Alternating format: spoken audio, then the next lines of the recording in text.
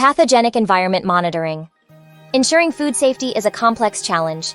Even with hazard analysis, critical control points, and good manufacturing practices, recontamination risks persist. Importance of pathogenic environmental monitoring. Pathogenic environmental monitoring is crucial. It systematically reduces or eliminates microbial contamination, ensuring food products remain safe from harmful pathogens.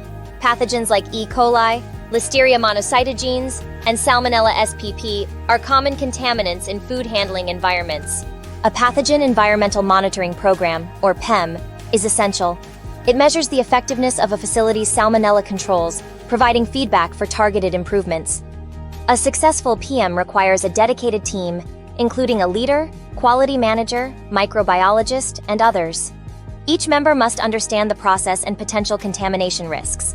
Sanitary zoning divides plant operations into 4 risk-based zones. This helps identify and control contamination sources, ensuring high hygiene standards. Pathogenic environmental monitoring is vital for food safety.